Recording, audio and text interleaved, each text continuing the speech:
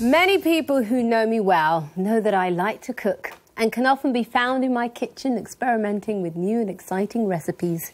My latest is delicious humble pie, and its key ingredient, egg on my face, is inspired by Jeremy Corbyn. Stop everything. I want to film this. This is the one. Keep going, kid. That saves me saying it. Okay.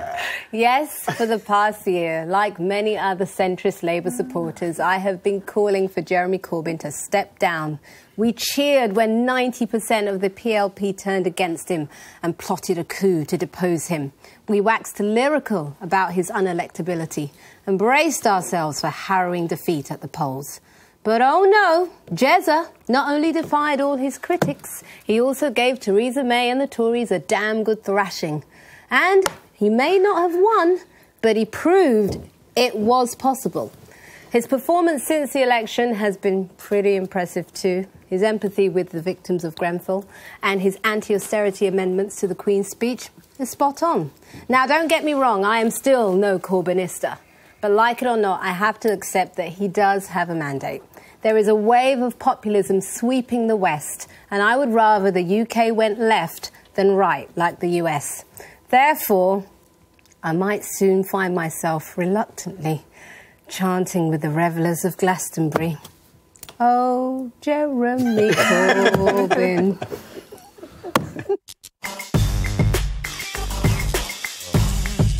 Well, I thought you'd stolen my thunder, June, with your opening, because I was going to absolutely hammer you for what you said a year or so ago about Jeremy Corbyn. But congratulations for being honest and owning up. If only politicians would be that honest. But then you redeemed yourself and gave me an out by saying that he gave Theresa May a good thrashing. No, he did. He didn't. She thought she was going to get 100 majority. Yeah, but she got more than him. I'm not going to get into the political thing, but factually, he didn't give her a good thrashing. He did. Forget the whole reason she called an election was to get a landslide. Yeah, exactly. but you can't then say it was a thrashing. So that's just a fact. No, let's look at the result. All right, let's look at the result. The result is he is sitting there as quite a strong leader of the Labour Party, and she is sitting there waiting for the moment when they kick her out. As a limping leader. It's a very strange. I mean, I'm like you. I didn't see it coming. I didn't see it coming. Use the word. Sorry, back to you, Graham. But you can't use the words "damn good thrashing." No. She did. I don't see why not. Why not? No, he did it. Look, sorry, as a journalist, President, I'll tell you, you can't. Well, that is not. Let's do it another way. Who won the election?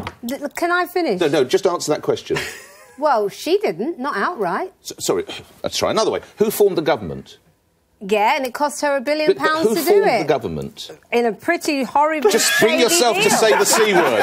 Say the C word. Say the C word. The Conservatives and the DUP. Back to Graham. Back to Graham. Conservatives and the concerned with DUP. facts, Nick, anyway. Hang on a minute. So what I'm saying, I'm just picking you up on that point for being inaccurate. I'm not saying... And my goodness, what an incredible turnaround for Corbyn to go from such a low rating to what he achieved. Look at where we were this time last year. The question for me is, what is it based on? Is it based on his on the Labour Party manifesto? Was it based on the fact that they ran an incredibly popular social media campaign? Okay. Was it the fact that he has become, suddenly he was so unpopular that he's almost become back in fashion because of that?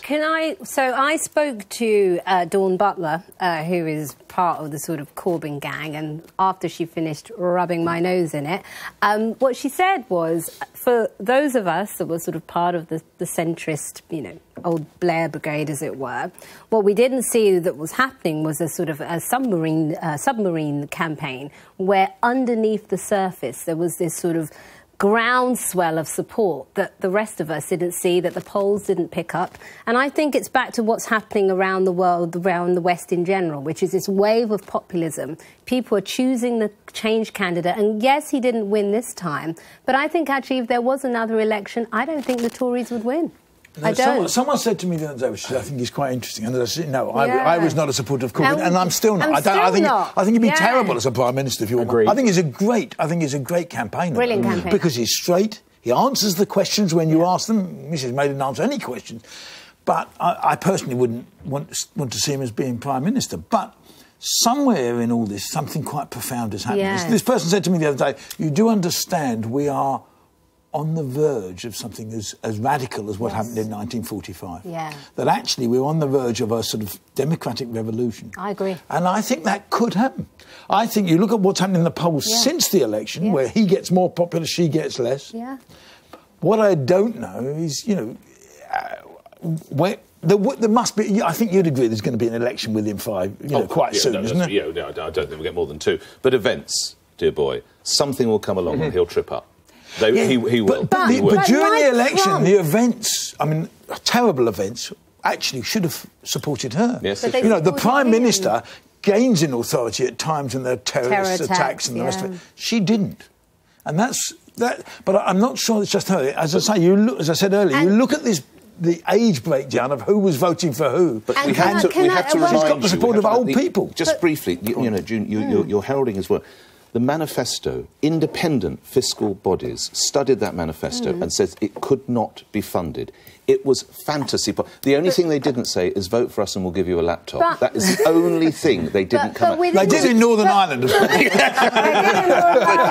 Within the manifesto, a lot of it was costed out. But also, let me finish. I think we mustn't forget. And I'm like Greg. I'm not sitting here saying I'm some big Corbynist. I'm not. But what I'm saying is we mustn't forget he's got that Trump factor where stuff doesn't stick. The Independent Institute of Fiscal Studies says it can't stay. I could probably get elected if I promised to bring an end to poverty. You say that like every other... make sure that your wife's breasts get bigger, which is what Boris once promised. And you'll drive a BMW. That's what Boris once said. No, I'm Greg. He's not Greg. Oh, sorry, Graham. You had to go there, Nick. Can I just come in? I think there's a few people eating humble pie. I just want to... Are you eating it? I'm coming to that. I just want to show you the incredible change of heart among the Parliamentary Labour Party. Have a look at this.